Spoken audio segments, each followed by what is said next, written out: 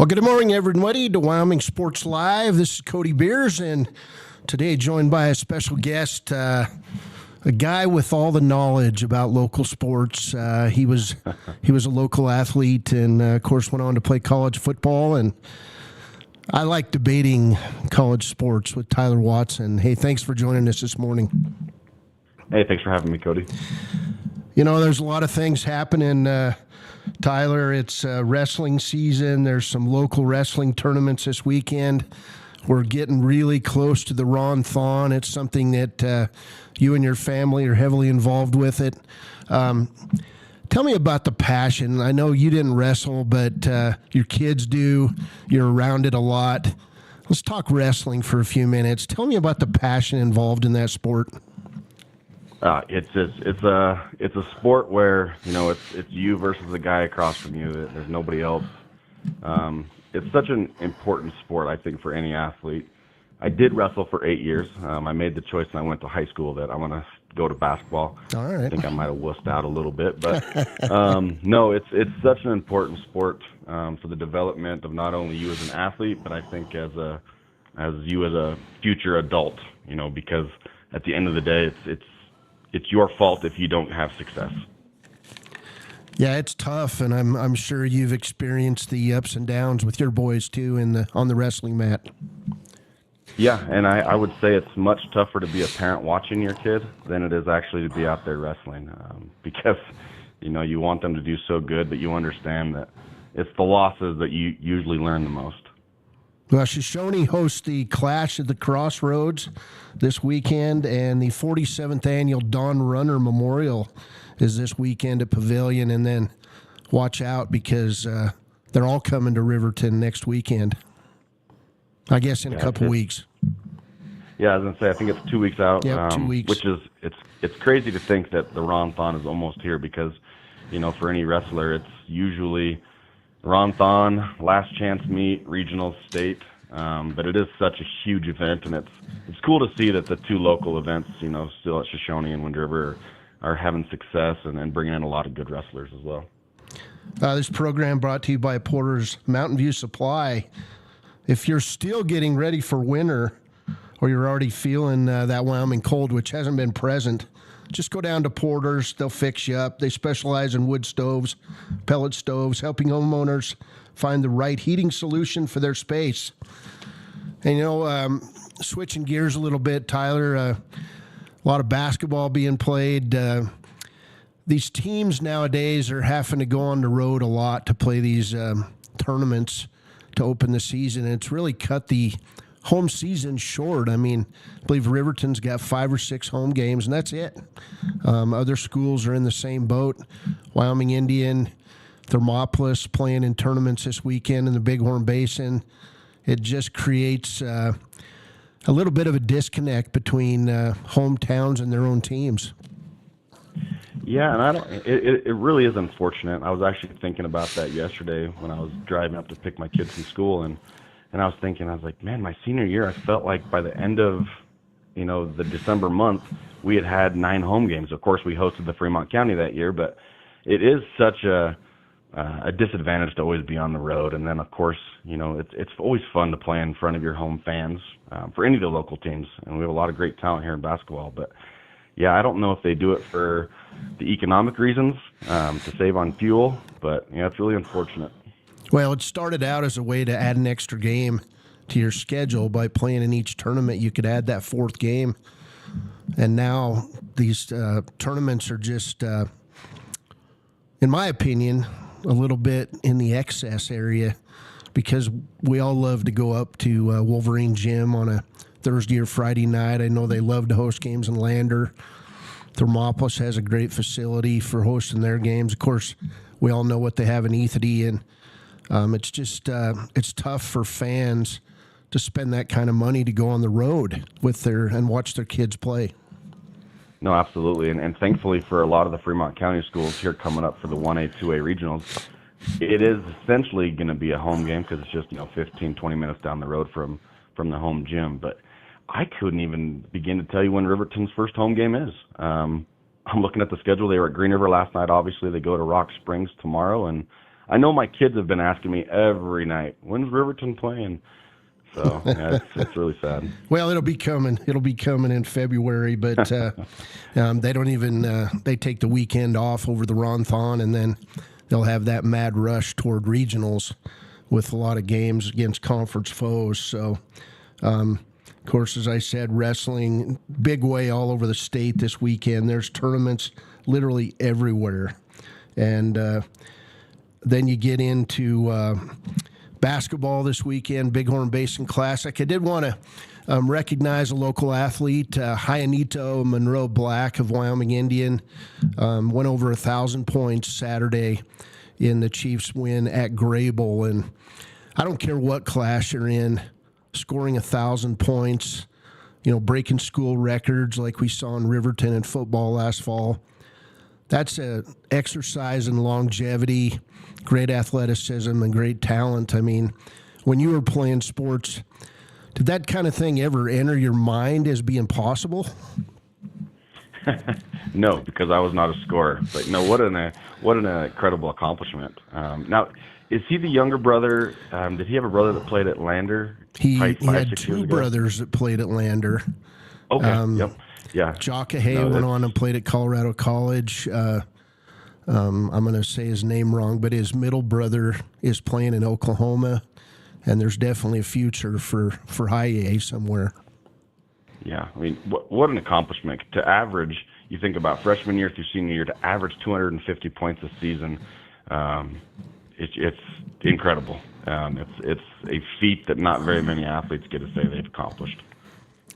Well, turning things over to the NFL, Tyler, and I guess we ought to talk about college football first. This college playoff that everybody wanted, continuing now into mid to late January, and you've got two pretty good teams meeting each other, the Big Ten versus the ACC.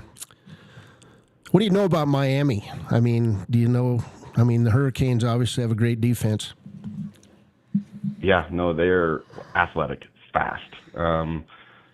It's funny because I feel like every major program gets overshadowed a lot by the Ohio States, the Michigans, the Alabamas, the LSUs, Georgia. But Miami, for being one of the last teams into the playoff, they've showed out and showed up and really proven the fact that they belong. They are athletic though. Well, and then you've got the Indiana Hoosiers, who before probably 2 years ago, many of us probably just laughed when other teams played Indiana during football because you wondered if they'd roll a basketball out on the field. But enter Curt Cignetti, who's obviously proven his ability to build a program from nothing. Yeah. Going to school in Nebraska, a lower level football program, we obviously had a lot of Husker fans there, and we always laughed and joked when it was time to play Indiana that week. It's like, oh, the Huskers got another bye week, but no longer. Curt Cignetti he has a look to him on the sideline that is unlike any other, and I don't think that look ever changes throughout the entirety of the game. But he says it best. Just Google him if you want to know what about him. How hard is it to keep the same look during football games? I know you've prowled the sidelines a little bit, and I never really noticed that with you, keeping that same tone out there on the field. Yeah, I'm a little bit more emotional. Not saying he's not emotional, but I tend to wear my emotions on my sleeve. I get pretty excited, and I'm impressed watching any coach stay that level-headed throughout the course of a game. Yeah, it'll be fun, hearing all this talk about NIL now. Cignetti took a team that had went nowhere, and in 1 year he brought in a whole bunch of his people from James Madison. Then he went out in the transfer portal, brought another 25 guys in. You're going to see a lot of schools, and you probably already are, trying to copy what he's done. And, things that I've seen this year from the Wyoming Cowboys is they've changed their NIL look just a little bit. They're not going out looking for younger guys now. They're going out and plugging in these proven 3 and 4 year starters at Division II level. They're trying to get that instant fix while they develop their younger guys. You see that as the potential for success? I don't know. I'm really torn on that. Obviously, when I was playing college football, anybody who was getting paid, nobody knew that they were getting paid. But it was such a culture thing, and I still think culture is the most important part of it. And with Signetti, he brought a lot of those guys with him from James Madison, and the culture didn't change. They knew what hard work meant and what he wanted, and they go out and put it on the field. And I feel like if you're just chasing the next big name that's a junior or senior, your culture is never going to grow. Obviously, as a fan, it'll be great if it works out.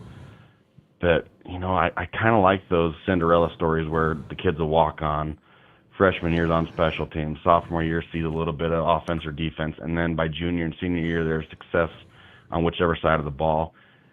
I don't know. I'm really torn on it. Like, obviously, I think the athletes should get paid a portion of the money they bring into the school, but I feel like it's going to take a lot of opportunity away from those fringe players, and just the culture of college football in general. What are you hearing at these lower level schools? I mean, is Chadron and the NIAI schools, have they embraced NIL? I have a lot of connections with a lot of the Division II schools still, and I've actually never asked. But what I can tell you is that we would have never had a Danny Woodhead stay 4 years at Chadron. He would have went to Nebraska after his freshman year and probably made a couple $1 million. And I feel like the town of Chadron would have lost out on so much because of what he helped us build there. And how do you develop a player at the Division II level knowing that if they have success, they're gone? And great for the kid. I'm not taking anything away from the kid, but I feel like the college that took the chance on him is the one that's going to lose out. And that's the scary part of it. Well, and that's the danger, of course, of hanging your hat anymore on a freshman running back, because they're going to want to move to the big stage, so to speak, and make some money. Yep. No, absolutely. Football's such a grueling sport that I'm a firm believer. If there's money sitting in front of you, take it, because you can always go back to school. You can't go reverse a major injury that took a lot of money off of your plate and or your family's plate. So what kind of thoughts do you have on a final score Monday? You got a favorite in mind? You willing to put it out there for the rest of your family to hear, or what? Who are you rooting for? You there, Tyler?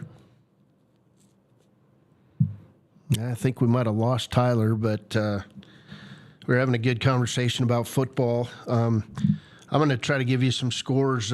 Last night it was number 2 Green River, the girls beating Riverton 70-41. A wild game in Class 2A last night over in Bighorn as number 1 Bighorn held off number 4 Tongue River 49-47 in 2A football. I will. I'm not going to be able to get you back, Tyler. Sorry about that, but appreciate Tyler Watson coming in, sharing his thoughts about NIL, and shoot me a text, Tyler. What's going to be that final score in the national championship game on Monday? Who's going to win it? Let's see other scores from last night. Interclass score was number 2A Shoshone in girls basketball beating Riverside 63-59 as the Lady Blue outscored the Rebels 23-11 in the final quarter. As far as local stuff today, Riverton does not play in Class 3A at 5:30 tonight. It'll be Mountain View at number 2 Lander. That's a conference matchup for the Lady Tigers. Of course, the Tigers will play at 7 o'clock tonight. In Class 1A basketball, girls side, Cokeville will be at Fort Wasky at 2 o'clock. And in tournament play, the Bighorn Basin Classic in Cowley and Powell for the girls. Wyoming Indian Lady Chiefs have a big task this weekend. They've won 5 straight, and they'll open at 1:30 today in Cowley against 3A Worland. Of course, the Lady Chiefs, number 3 in Class 2A. Wind River will be at Rocky Mountain in this tournament. At 4:30 today, it'll be number 1 Cody in 3A. They're just an outstanding team. They will take on the Lady Chiefs at 4:30 in Cowley. And then Worland will play Wind River at 6 o'clock tonight in Cowley. At the Little Six tournament in Ten Sleep, it'll be 1A Dubois taking on the Worland freshmen at 12:30 today. And then Dubois will take on Arvada Claremont at 6:30 tonight. Tomorrow in girls basketball, Riverton will be at Rock Springs at 3 o'clock. The boys will play at 4:30. Lander will be at Wheatland at 1:30 and 3 o'clock. That's a long road trip for Lander down to Wheatland. In Class 1A, it'll be Fort Wasky at St. Stephen's. That'll be a 1 o'clock tip. Let's see, back to the Bighorn Basin Classic. The girls' side of this thing, Wyoming Indian will take on Lovell at 11 a.m. Wind River at 3A Powell at 11 a.m. That one's in Powell. Wyoming Indian will meet the host Rocky Mountain team at 2 o'clock tomorrow to finish up their tournament play. So, I mean, the Lady Chiefs love to play up in the preseason, get them ready for conference season, which starts about February 1st. And this weekend, tough go of it for the Lady Chiefs as they'll play 3 3A teams. Cody then will take on Wind River at 3:30 in Cowley. Thermopolis will be at 3A Powell at 3:30 on Saturday. Back to the Little Six tournament in Ten Sleep. Midwest and Dubois at 9:30 a.m. Tomorrow. So we'll pull up some boys action. Of course, the Chiefs will be playing 4 games. First game on KWYW 99.1 FM today at 1:30. They'll take on the Lovell Bulldogs of Class 3A. Tonight at 6 o'clock in Worland, Wyoming Indian will play Cody of Class 3A. Tomorrow, the Chiefs play Grable, and then they finish up the Bighorn Basin Classic tomorrow afternoon, I believe 3:30 in Worland against Worland High School. Chiefs will be continuing to play without the services of senior Cordell Spoonhunter. And also on the shelf for this week is senior point guard Parlane Ferris, who had basically a non-contact knee injury during last Friday's win over Lame Deer, Montana. So a lot of basketball action this weekend, and make sure you tune in all across the Wind River Radio Network. We'll try to bring you Thermopolis, Lander, Riverton games. It'll be a busy weekend, and of course then Kevin Gerber will be on the Thermopolis games. He'll be up doing the girls' games in Bighorn County. So listen in on 101.7 over there in Thermopolis. A lot of basketball. And then, of course, this Saturday afternoon starts the divisional round of the NFL playoffs. The big game that is going to be highly watched around this area is the Denver Broncos and the Buffalo Bills down in Denver. Lots of talk about this one. Of course, a lot of split alliances this weekend, as you know, Wyoming people have turned into Buffalo Bills fans with Josh Allen as quarterback in Buffalo. And of course, the Denver Bronco orange and blue still reigns supreme throughout this region. I know there's a few Raiders fans and maybe a couple Packers fans, but for the most part, it's about the Broncos. And probably the second favorite team in Wyoming right now is the Buffalo Bills. So who's going to win that one?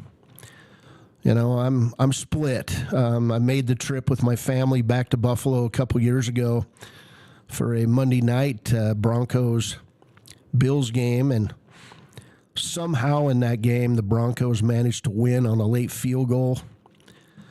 I'm going to think that the Broncos' number one defense is going to make a difference on Saturday afternoon.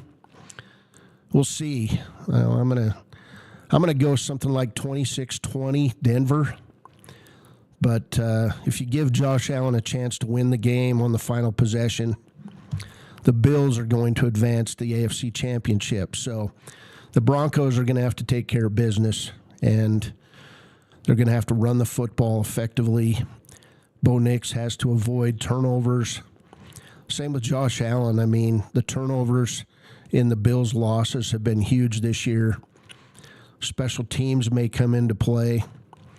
Ray Davis is the best kickoff return in the league. Broncos are going to have to contain the Bills on special teams.